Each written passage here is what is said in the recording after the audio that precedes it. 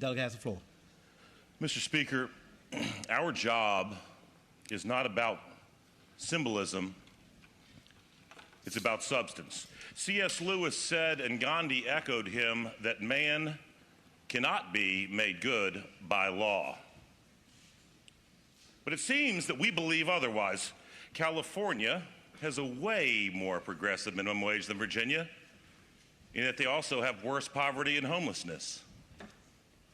March 7th, not too long ago, Mr. Speaker, the Washington Post warned that we cannot keep up with energy demands in Virginia, that we need the equivalent of 2 full-size nuclear reactors just to avoid the very brownouts and blackouts that California suffers on a regular basis.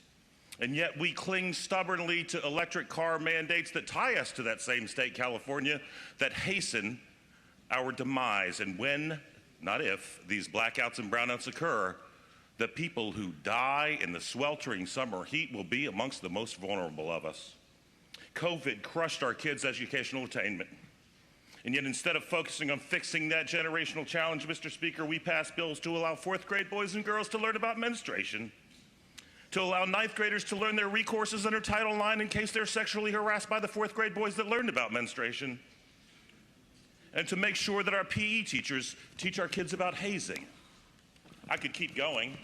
The Affordable Care Act, for example, has doubled the cost of health care. But hey, good symbolism. This session, we've seen dozens of bills that attacked our Second Amendment right to keep and bear arms. We've seen a waiting period that the 4th Federal Circuit Court of Appeals just ruled is unconstitutional, but hey, we passed it because, symbolism over substance. We've seen a weapons ban that the 9th Circuit Court of Appeals from, wait, you guessed it, California just overruled, but wait, we passed it, symbolism over substance.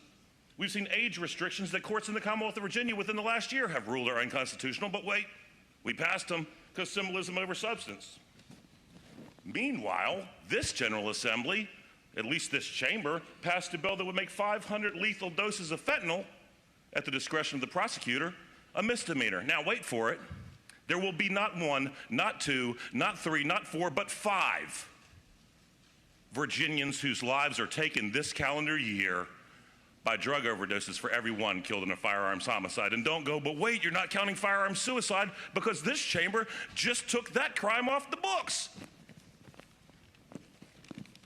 Sometimes, Mr. Speaker, policy failures come just a little bit close to home. You see, yesterday morning, there was a fatal shooting. Tragedy, by any account. And it wasn't just a shooting that was illegal because it was a murder of another human being. It was a shooting that was illegal because it was on Capitol Square, and I quote, or in the surrounding area, in a gun-free zone. But wait, it wasn't just illegal because it was a shooting in a gun-free zone that was Capitol Square. It was illegal because it was a shooting in a gun-free zone that was also in or around Richmond City Hall. That's 2 gun-free zones. But wait, it was also a shooting that was in or around VCU Medical Center. That's 3 gun-free zones. But wait, it was at a GRTC bus stop, which is also, wait, a gun-free zone. And people that stay in the bus stops often do things like ride on buses, and GRTC buses are gun-free zones.